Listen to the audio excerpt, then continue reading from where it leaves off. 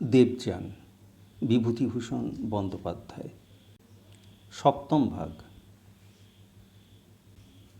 একদিন গঙ্গার ঘাটে বসে থাকার সময় যতীন দেখে অবাক হয়ে গেল যে দিব্যি চমৎকার জ্যোৎস্না উঠল। একেবারে পৃথিবীর পূর্ণিমার জ্যোৎস্না।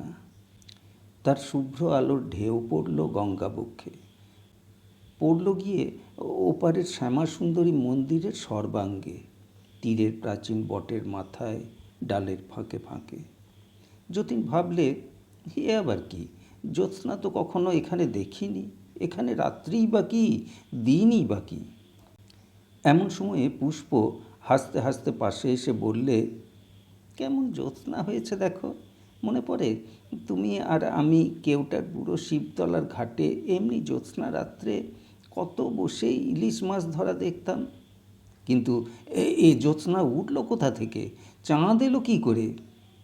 তৈরি করলুম জ্যোৎস্নাটা, ভাবলুম তোমার সঙ্গে একদিন জ্যোৎস্না রাতে ঘাটে বসা যাক।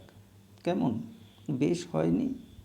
আচ্ছা পুষ্প, যে কোনো ঋতু যে কোনো সময়কে তৈরি করতে পারো, এ তো অদ্ভুত।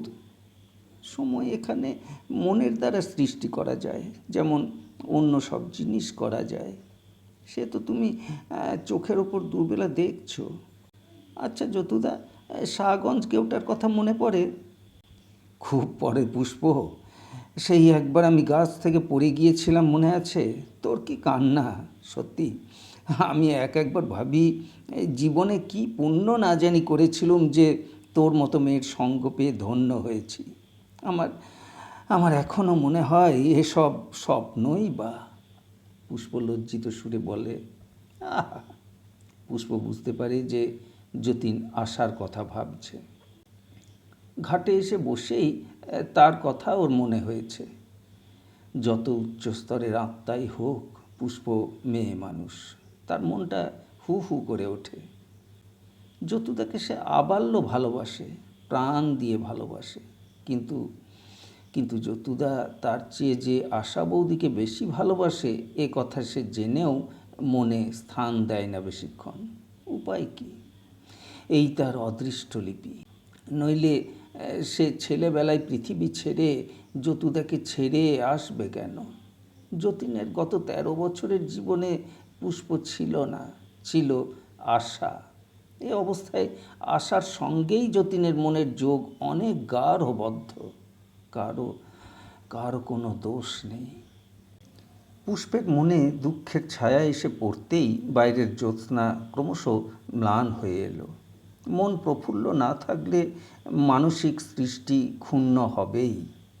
হঠাৎ পুষ্প যতীনের দিকে চেয়ে বললে, একটা কথা ভুলে গিয়েছিলাম যতুদা, আজ কল্প পর্বতে গান বাজবার দিন, চলো তোমাকে শুনিয়ে আনি। সে এক অদ্ভুত জিনিস। ওদের স্বর্গ থেকে বেরিয়ে ওরা শূন্য বেয়ে চলল। বহু দূরে একটা সবুজ নক্ষত্রের দিকে আঙুল দেখিয়ে পুষ্প বললে, ওইখানে আমাদের যেতে হবে। ওই দিকে এক দৃষ্টে চোখ রেখে ভাবো যে আমরা ওখানে যাব। নক্ষত্রটা যেন ক্রমে বড় হচ্ছে। যতীনের মনে হলো সে সবেগে ওর দিকে নীত হচ্ছে। কি অদ্ভুত এ যাত্রা! যতীন অবাক হয়ে চেয়ে দেখছিল, অনেক দূরে অন্ধকারের মধ্যে একটা প্রকাণ্ড গ্রহ ডুবে ডুবে ঘুরছে। পুষ্প বললে, এই হচ্ছে শুক্র গ্রহ, সন্ধ্যাবেলা যেটাকে পশ্চিম আকাশে দেখা যায়। আকাশের রং এখানে নীল নয়, অনেকটা ধূসর মিশ্রিত বেগুনি। শূন্যপথে অনেক আত্মা তাদের মতোই যাওয়া আসা করছে, তবে তাদের মধ্যে কেউই উচ্চ শ্রেণীর নয়। ওদের রং দেখে শ্রেণী ঠিক করতে শিখে গিয়েছে যতীন। এসব আত্মার রং খানিকটা মেটে সিঁদুরের মতো লাল, খুব খুব সাধারণ শ্রেণীর আত্মা।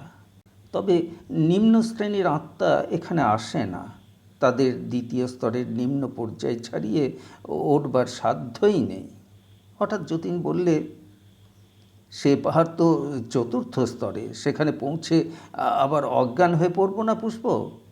পুষ্প হেসে বললে, তাহলে তোমায় কি আনতুম যতুদা? সেবার তুমি যেখানে অজ্ঞান হয়েছিলে সেটা চতুর্থ স্তরের ঊর্ধ্বলোক। চতুর্থ স্তরে ঠিকই ছিলে, চতুর্থ স্তরে সেই নীল হ্রদ দেখেছিলে, যেখানে দেবদেবীরা স্নান করছিলেন। যতীন বললে, কই, কোথায় দেবদেবীরা স্নান করছিলেন? আমি তো দেখিনি। তখন থেকেই আমার জ্ঞান চলে যাচ্ছিল তাহলে। ওদের কথা শেষ হতে না হতেই যতীন দেখলে তারা একটা অত্যন্ত সুন্দর দেশে এসে পৌঁছেছে। দেশটার চারিদিকেই চক্রবাল রেখার কূলে কূলে নীল পাহাড়। গাছপালা সেখানে আদৌ তৃতীয় স্তরের মতো নয়। কোনোটার রং নীল, কোনোটার বেগুনি, কোনোটার সোনালি। ফুল ফল যেন রঙিন আলো দিয়ে গড়া। পাহাড়ের মাথায় মাথায় যেন জ্বলন্ত রঙিন আলোর মেলা। পুষ্পা একটা গাছের ফুল তুলে ওকে দেখালে। তুলবা মাত্র বোঁটায় আর একটা ফুল কোথা থেকে এসে শূন্যস্থান পূর্ণ করলে। আরও একটা আশ্চর্য ব্যাপার, প্রান্তরের ও শৈলসানুর সব ফুল মুহূর্তে মুহূর্তে স্পন্দিত হচ্ছে। যেন চারিদিকে রাশি রাশি লক্ষ লক্ষ নানা বিচিত্র বর্ণের জোনাকি নিভছে জ্বলছে। পাখিগুলো যখন আকাশে উড়ছে তাদের ডানায় যেন 7 রঙা রামধনুর খেলা। এদেশে বাতাসে একটা অদ্ভুত শান্তি ও আনন্দের বার্তা, একটা বিচিত্র জীবন উল্লাসের ইঙ্গিত। যতীন একটা জিনিস লক্ষ্য করলে, এখানকার দৃশ্য যে এরকম, পৃথিবীতে এ দৃশ্য কল্পনাও করা যায় না। এর কোনো জিনিস পৃথিবীতে নেই। পুষ্পকে সে কথাটা বললে। পৃথিবীর সঙ্গে খুবই কম মিল এদেশের, না পুষ্প? পুষ্প বললে, যতুদা, এর একটা সহজ কারণ আছে। দ্বিতীয় বা তৃতীয় স্তরের আত্মারা পৃথিবী থেকে সদ্য এসেছে। পৃথিবীর স্মৃতি তখনও তাদের কাছে ম্লান হয়নি। যখন তারা মানুষলোক সৃষ্টি করে, পৃথিবীর সেই স্মৃতি তাদের অনেকখানি সাহায্য করে। কাজেই তাদের তৈরি স্বর্গ পৃথিবীরই নকল। কিন্তু এই সব স্তরের আত্মাদের মনে পৃথিবীর স্মৃতি অত্যন্ত ক্ষীণ হয়ে এসেছে। অনেকের নেই বললেই হয়। কাজেই তারা যখন গড়ে, নিজেদের স্বপ্নলোক নিজেদের কল্পনা থেকেই গড়ে। তাই সব হয় নতুন, সবই আজগুবি। এ সবই যা দেখছো, এ স্তরের অধিবাসীদের সৃষ্টি। ওই পাহাড় পর্বত, গাছপালা, ফুল, পাখি, সাধারণ দৃশ্য সব। কিন্তু তোমার মানুষজন কই? একজনেরও তো সাক্ষাৎ নেই। তারা ইচ্ছে না করলে এ স্তরের আত্মাদের তুমি সহজে দেখতে পাবে না যতুদা। কল্প পর্বতের কাছে যাকে আমরা চুম্বক শক্তির ঢেউ বলি, তা অত্যন্ত প্রবল। সেখানে গেলে তোমার দেহ শক্তিমান হবে। তখন খুব উচ্চ স্তরের আত্মাকেও অল্পক্ষণের জন্যে, মানে মাত্র যতক্ষণ সেই পর্বতের কাছে থাকবে ততক্ষণের জন্যে দেখতে পাবে। অল্প পরেই একটা অনুচ্চ পর্বত সামনে দেখা গেল। তার ওপরটা অনেকখানি সমতল। সেই সমতল জমিটুকুর ওপর যে দৃশ্য চোখে পড়ল যতীনের, তাতে সে বিস্মিত, মুগ্ধ ও স্তম্ভিত হয়ে গেল। সেখানে বহু দেবদেবী একত্র হয়েছেন। তাদের অঙ্গের জ্যোতি ও রূপে সমস্ত ভূমিশ্রী আলোকিত হয়ে উঠেছে। সমগ্র বায়ুমণ্ডল তাদের দেহ নিঃসৃত উচ্চ বৈদ্যুতিক শক্তির স্পন্দনে মৃত্যুঞ্জয়ী অমৃতের নির্ঝর হয়ে উঠেছে। যেন দেহগন্ধের সুরভিতে বহুদূর পর্যন্ত আমোদিত। যতীন এ পর্যন্ত এত উচ্চ জীবের একত্র সমাবেশ কখনো দেখেনি। সে চুপি চুপি বললে, এই যে ওদের দস্তুর মতো ভিড় লেগে গিয়েছে দেখছি পুষ্প। সবাই যেন কিসের অপেক্ষা করছে। সকলের চোখ বাঁ দিকের একটা খুব উঁচু পাহাড়ের দিকে নিবদ্ধ। যতীন বললে, ও পুষ্প, এ যেন ফোর্টের র্যাম্পার্টে দাঁড়িয়ে মোহনবাগানের ম্যাচ দেখতে এসেছে সব। আহা, টিকিট কিনতে পায়নি বেচারারা। পুষ্প তিরস্কারের সুরে বললে, তুমি জ্বালালে যতুদা, চুপ করে থাকো না কেন ছায়? যতীন কি বলতে গিয়ে হঠাৎ চুপ করে গেল। বাঁধারের সেই পাহাড়ের চূড়া থেকে এক অপূর্ব মধুর শব্দের ঢেউ উত্থিত হলো। দেবদেবীরা সকলে অবনত মস্তকে শুনতে লাগলেন। কেউ কেউ পাহাড়ের ঢালুর রঙিন স্বয়ংপ্রভ তৃণদলে শুয়ে পড়লেন অলসভাবে। কেউ কেউ বসে দু হাতে মুখ ঢাকলেন। বেশিরভাগই কিন্তু দাঁড়িয়ে দাঁড়িয়ে শুনতে লাগলেন। সে মধুর শব্দ কণ্ঠসঙ্গীত নয়, যন্ত্রসঙ্গীতের মতো শব্দটা, কিন্তু পরিচিত কোনো যন্ত্রে বাদিত সঙ্গীত নয়। অত্যন্ত রহস্যময় তার উৎপত্তিস্থল, যেন যেন গঙ্গার ধারা। কোন উচ্চ পর্বতের তুষার প্রবাহে তার জন্ম কেউ খবর রাখে না। যতীনের সর্বাঙ্গ বারবার শিউরে উঠতে লাগলো। শুনতে শুনতে যতীনের মনে হলো সে আর পৃথিবীতে বদ্ধ আত্মা নয়, সে উচ্চ অমৃতের অধিকারী দেবতা হয়ে গিয়েছে। সে মুক্ত, সে বিরাট। তার আত্মা সারা বিশ্বকে বেপে সচেতন হতে চায়। তার বিরাট হৃদয়ে সকল পাপী মূর্খ ও নিন্দুকের স্থান আছে। পতিতের উদ্ধার করতে যুগে যুগে পৃথিবীতে জন্মেছে, তাদের দুঃখে যুগে যুগে করেছে মৃত্যুবরণ। বিশ্বের মহাদেবতার প্রেমিক পার্শ্বচর সে। সে নৃত্যশীল গ্রহ নক্ষত্রের বিচিত্র নৃত্য ছন্দে লীলাময়, পবিত্র, প্রেমিক, মুক্ত দেবতা। এ কি আনন্দ, এ কি শিল্প মাধুর্য, এ কি অভিনব অননুভূত পূর্ব অমরতা। কোনো দিকে কেউ আর দাঁড়িয়ে নেই, সবাই বসে পড়েছে। নিস্তব্ধ চারিদিক। মধুর অশরীরী রহস্যময় মোহিনী সঙ্গীত লহরী কখনো উচ্চে, কখনো মৃদু সুরে এক টানা বয়ে চলেছে। বিরাম নেই, বিরতি নেই। পৃথিবীর কোনো ভাষাতেই তার বর্ণনা নেই। কতক্ষণ সময় কেটে গেল তার লেখা জোখা নেই। অনন্তকাল ধরে অমন সঙ্গীত প্রবাহিনী গোমুখী নির্গত ভাগীরথী ধারার মতো বয়ে চলেছে। যতীনের মনের কোন গুপ্ত কক্ষের গভীর অনুভূতির দ্বার খুলে গেল। সে দেখতে পেলে তার পৃথিবীতে যাপিত আরও অনেক পূর্বজীবন। এই অনন্ত জীবন প্রবাহে সে যুগ যুগান্তর ধরে ভাবের ও প্রেমের স্রোতে বয়ে আসছে। আশা কি এক জন্মের আশা, না পুষ্প এক জন্মের পুষ্প? কত যুগ ধরে ওরা যে ওর নিত্য সঙ্গিনী, ওর জীবনে ছন্দে গাঁথা ওদের জীবন। কতবার কত বিরহ মিলন, হাসি অশ্রুর মধ্য দিয়ে ওদের সঙ্গে কতবার দেখাশোনা, কতবার ছাড়াছাড়ি। কত বিস্তৃত মরুদ্বীপে, কত শ্যামল পল্লীর কুঞ্জে কুঞ্জে, কত ক্ষুদ্র গ্রাম্য নদীর তীরের কুটিরে, কত পাহাড়ের নিচেকার আদিমকালের গুহায়, কত রাজার রাজপ্রাসাদে, কত দশার্ণ গ্রামের ব্যাধ রূপে, কত শারদ্বীপে ক্রৌঞ্চ মিথুন রূপে, কত কুরুক্ষেত্রে বেদ গায়ক ব্রাহ্মণ রূপে। যতীন দেখলে পুষ্প কাঁদছে। ও নীরবে পুষ্পের হাতে হাত দিয়ে তাকে নিজের কাছে সস্নেহে নিয়ে এলো। তারপর কখন সে অপূর্ব সঙ্গীত থেমে গিয়েছে। বিচিত্র রূপী জ্যোতির্ময় জীবেরা মহাশূন্যে অদৃশ্য হয়ে গিয়েছেন। কখন জ্যোৎস্নার আলোতে সারা দেশ ভরে গিয়েছে যতীনের খেয়াল নেই। জ্যোৎস্না, বহু পূর্ণিমার সম্মিলিত জ্যোৎস্নালোক চারিদিকে। যতীন বললে, পুষ্প চলো, ওঠো। ওরা কিছু দূর এসেছে মাত্র, এমন সময় এক জায়গায় দেখলে মাটির বুকে যেন চাঁদ খসে পড়েছে। দুজনে কাছে গিয়ে দেখলে পরম রূপসী এক দেবী ঘাসের ওপর বসে হাপুস নয়নে কাঁদছেন। ওরা অবাক হয়ে গেল। এত উচ্চ স্তরের দেবীর দুঃখ কিসের? যতীন জিজ্ঞেস করলে, মা, আপনার কোনো সাহায্য করতে পারি? দেবী ওদের দিকে চাইলেন।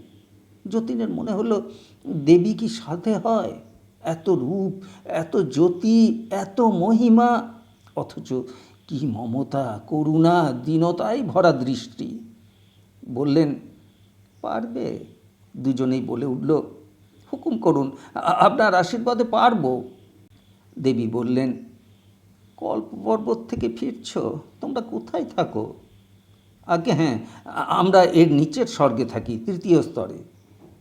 কি মধুর সঙ্গীত, শুনলে? যতীন বললে, শুনলাম মা, আমি বেশি দিন পৃথিবী ছেড়ে আসিনি। এই ব্যাপারটা কি আমায় একটু বলবেন দয়া করে? দেবী বললেন, বলবো এরপরে। এখন বলি শোনো, আমি থাকি অন্য নক্ষত্র লোকে। পৃথিবীর এক জায়গায় মানুষের ভয়ানক কষ্ট। আমি সে দেশে জন্মেছিলুম হাজার হাজার বছর আগে।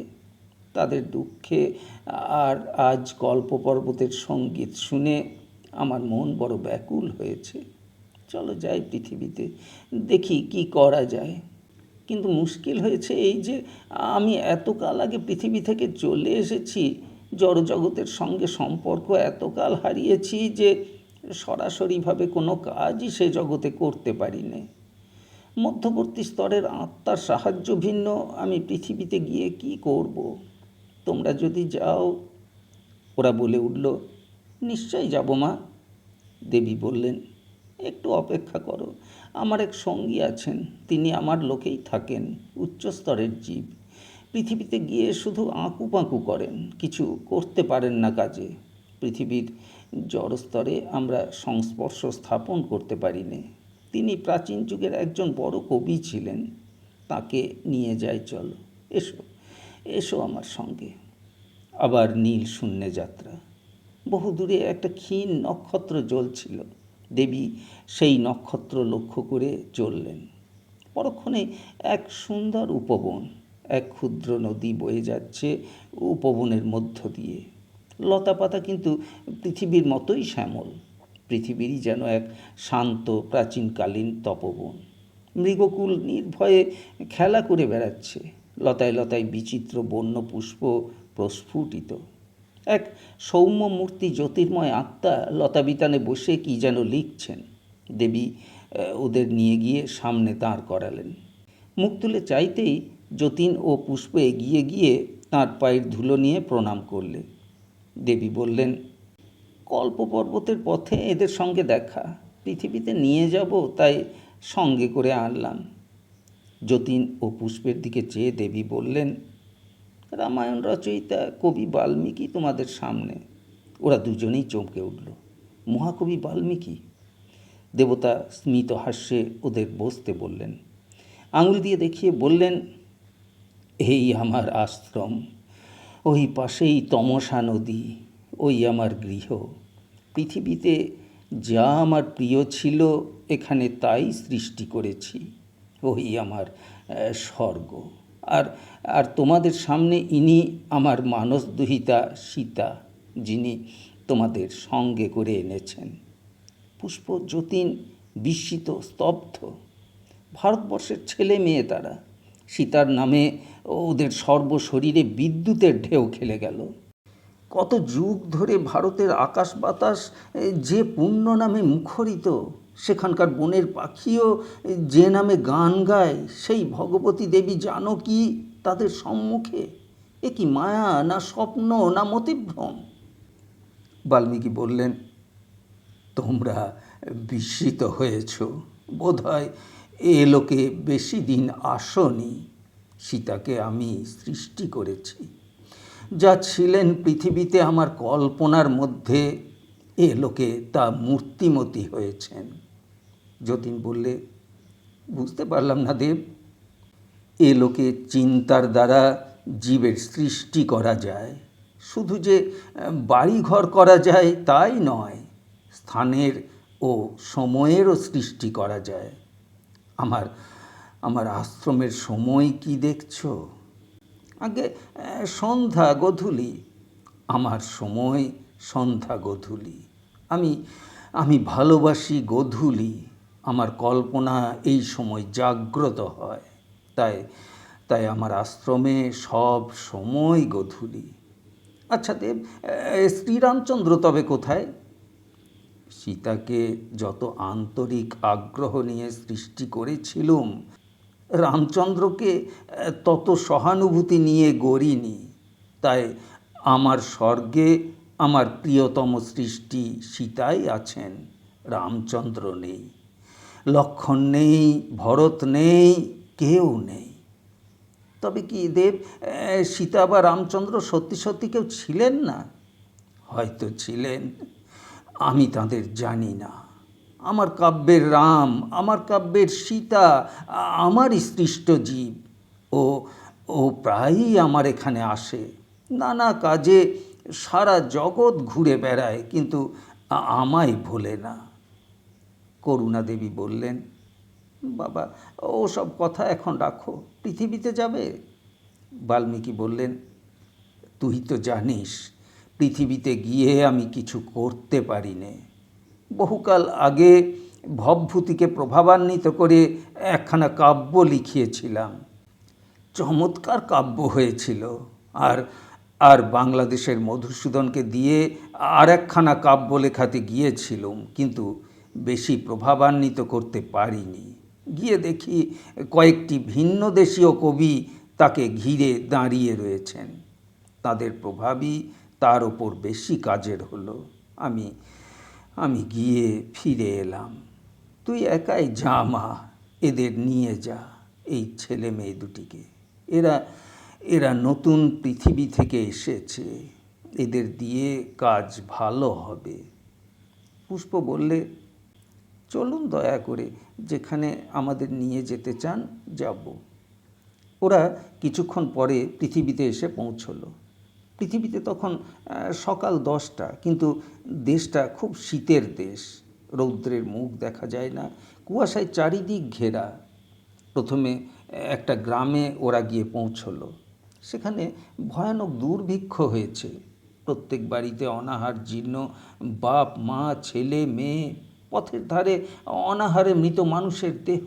পাশাপাশি অধিকাংশ গ্রামেরই সেই অবস্থা। নিকটবর্তী একটা গ্রামে মোটর ভ্যান এসেছে মৃতদেহ কুড়িয়ে ফেলবার জন্যে। পুলিশের লোক জেলের কয়েদিদের দিয়ে মৃতদেহ বহন করাচ্ছে। তারা রাস্তার ধার থেকে, ঘরের মধ্যে থেকে মৃতদেহের ঠ্যাং ধরে, হাত ধরে হিড় করে টেনে মোটর ভ্যান বোঝাই করছে। গাড়িটা ময়লা ফেলা গাড়ির মতো বোঝাই হয়ে গিয়েছে মৃতদেহের স্তূপে। তার মধ্যে বালক, বৃদ্ধ, যুবা, শিশু সকলের মৃতদেহই আছে। পচা মরার গন্ধে চারিদিক নিশ্চয়ই পূর্ণ, কারণ যেসব জেল কয়েদি মুর্দা ফরাসের কাজ করছে তাদের নাকে মুখে কাপড় বাঁধা। বীভৎস দৃশ্য। রোগজীর্ণ ও অনাহার শীর্ণ লোক দলে দলে শহরের দিকে চলেছে। সকলের ভাগ্যে শহরে পৌঁছানো ঘটবে না, পথেই অর্ধেক লোক মরবে। তারপর আছে পুলিশের মোটর ভ্যান ও জেল কয়েদি মুর্দা ফরাসের দল। যারা শহরে পৌঁছচ্ছে তারা অনেকেই সেখানে দুর্বল শরীরে দুরন্ত শীতের আক্রমণ সহ্য করতে না পেরে পেভমেন্টের ওপর ল্যাম্পপোস্টের তলায় মরে পড়ে থাকবে।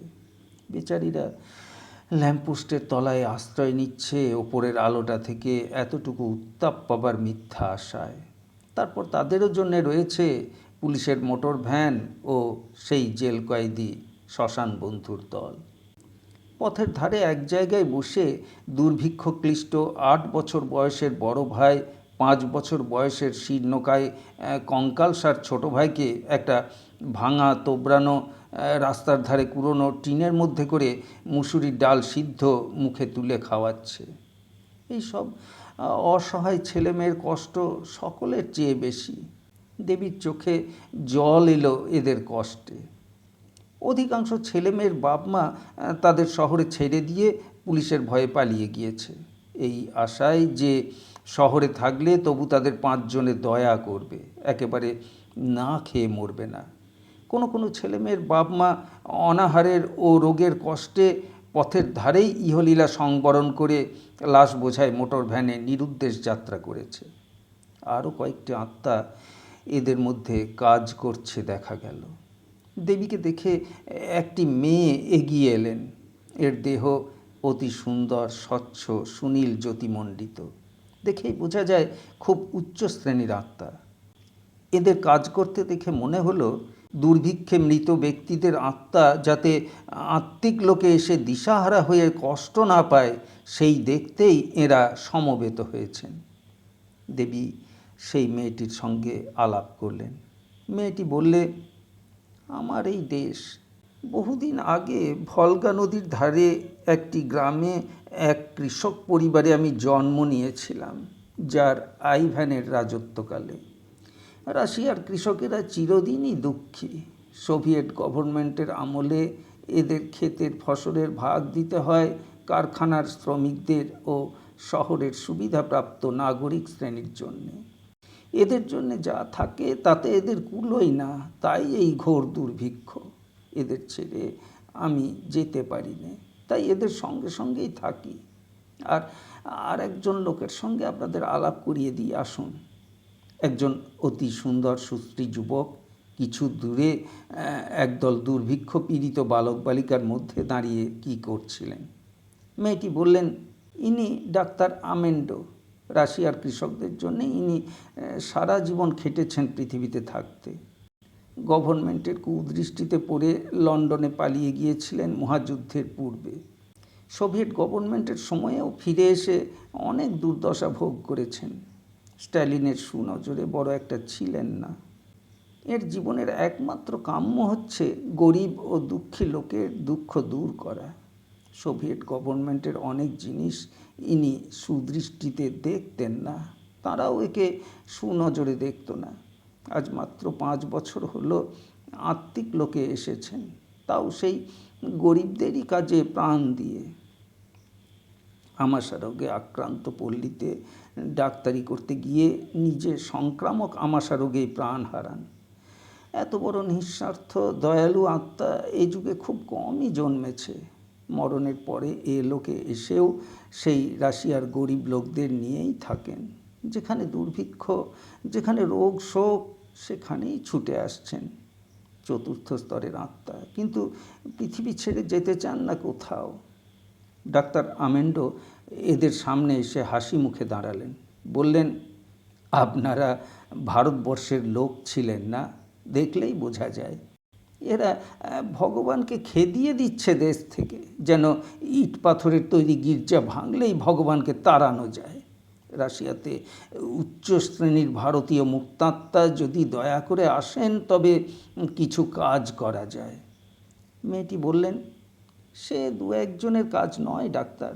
অনেক আত্মার সমবেত চেষ্টার ফলে যদি চিন্তার চৌম্বক ঢেউয়ের সৃষ্টি করা যায়, খুব খুব শক্তিশালী ঢেউ, তবে হয়তো কিছু হতে পারে। তোমার আমার দ্বারা তা হবে না। ডাক্তার আমেন্ডো বললেন, আর একটা ব্যাপার, পৃথিবীতে এসে এখন দেখছি আমরা বড় অসহায় হয়ে পড়ি। দ্বিতীয় তৃতীয় স্তরের আত্মার সাহায্য না নিয়ে কিচ্ছু করতে পারি না।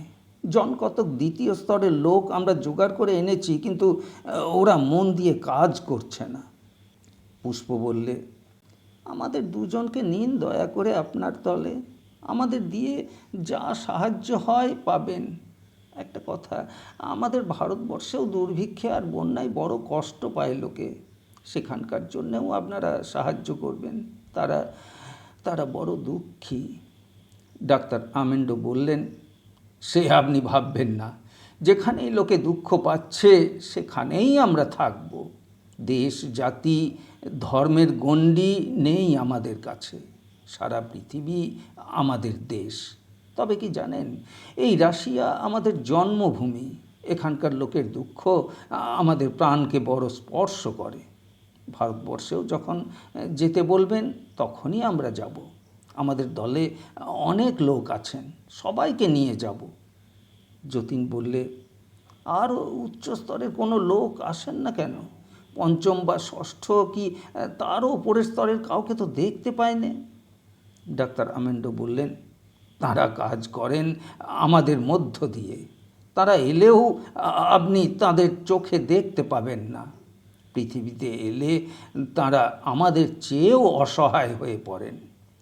পৃথিবীর স্থূল লোকের স্থূল মনের ওপর তাদের প্রভাব আদৌ কার্যকর হয় না। তারা উৎসাহ ও প্রেরণা দেন আমাদের, আমরা কাজ করি। মেয়েটি বললেন, এর মধ্যে আরও কথা আছে। বড় বড় দুর্ভিক্ষ, মরক, বন্যা, ভূমিকম্প প্রভৃতি যাতে দেশকে দেশ বা জাতিকে জাতি কষ্ট পায়, এসবের মূলে অতি উচ্চ দেবতা যারা গ্রহদেব, প্ল্যানেটরি স্পিরিট, তাদের হাত রয়েছে। তাদের উদ্দেশ্য বা কর্মপ্রণালী আমরা বুঝি না, কিন্তু ওই সব উচ্চস্তরের বড় বড় লোকে তা বুঝতে পারেন। এর হয়তো কোথাও বড় একটা উদ্দেশ্য রয়েছে, আমাদের দৃষ্টি তত দূর পৌঁছয় না। তারা সেটা দেখতে পান, কাজেই গ্রহদেবদের কাজে হস্তক্ষেপ করতে চান না। আপনি কিছুদিন আমাদের সঙ্গে থাকুন, ঘোরাফেরা করুন, অনেক কিছু দেখতে বা জানতে পারবেন। এ লোকের কাণ্ড কারখানা এত বিরাট ও জটিল যে নতুন পৃথিবী থেকে এসে মানুষে হতভম্ব হয়ে পড়ে, কিছুই ধারণা করতে পারে না। যতীন বললে, কিন্তু জানবার আগ্রহ আমার অত্যন্ত বেশি দেবী। আমি জানতে চাই কি করে এই বিরাট আত্মিক মণ্ডলী কাজকর্ম চালাচ্ছেন। এরা কি করেন, এদেরই বা কে চালাচ্ছে? গ্রহদেব যাদের বলছেন তারাই বা কে, কোথায় থাকেন, কত উচ্চ স্তরের আত্মা, তাদের দেখতে পাওয়া যায় না কেন? কোথা থেকে তারা এলেন? এসব না জানলে আমার মনে শান্তি নেই। মেয়েটি বললেন, আপনার ইচ্ছে থাকলেই ক্রমে ক্রমে সব জানতে পারবেন। এই আগ্রহই আসল। বেশিরভাগ মানুষ পৃথিবী থেকে এখানে এসে কিছুই জানে না, বোঝে না, বোঝবার চেষ্টাও করে না। জানবেন, জ্ঞান ভিন্ন, উন্নতি নেই। এ লোকে আরও শক্ত নিয়ম। সেবা বলুন, ধর্ম বলুন, প্রেম বলুন, ততদিন ঊর্ধ্বলোকে আপনার ঠাঁই হবে না যতদিন জ্ঞানের আলো আপনার মনের অন্ধতা দূর না করছে। ডাক্তার অ্যামেন্ডো বললেন, পৃথিবীতে কি জানেন, নানা মুনির নানা মতে সেখানে সত্যের সমাধি লাভ ঘটেছে। এখনও পৃথিবীর মন আপনার যায়নি। এই জীবনের বিরাট প্রসারতা এখনও আপনি দেখতে পাননি। আপনি অজর, অমর, আপনার জীবন শাশ্বত, অফুরন্ত। আপনার জন্মগত অধিকার এই জীবনের অমৃত পানে। আপনি তৃতীয় স্তরের মানুষ। আপনি কি ছোট? আপনিও মুক্তাত্মা। আপনার সঙ্গে এই মহীয়সী মহিলা তো সাক্ষাৎ দেবী। এইসব পৃথিবীর হতভাগ্যদের ভরসার স্থল আপনারা। এরা যখন ভগবানের কাছে প্রার্থনা করে, সে প্রার্থনা যার কাছে পৌঁছয়, তিনি আপনাদের মতো পবিত্র মুক্তাত্মাদের মধ্যে দিয়ে নিজেকে প্রকাশ করে এদের সাহায্য করেন।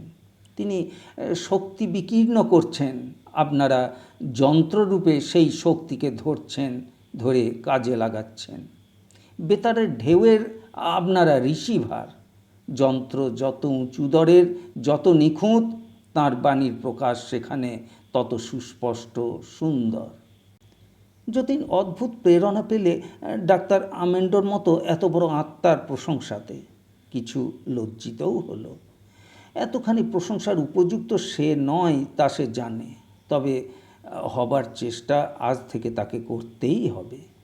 কিছু পরে পুষ্প ও যতীনের পায়ের তলায় বিশাল ভলগা একটা সরু রৌপ্য সূত্রের মতো হয়ে ক্রমশ অদৃশ্য হয়ে গেল। সেদিনের মতো ওরা বিদায় নিলে।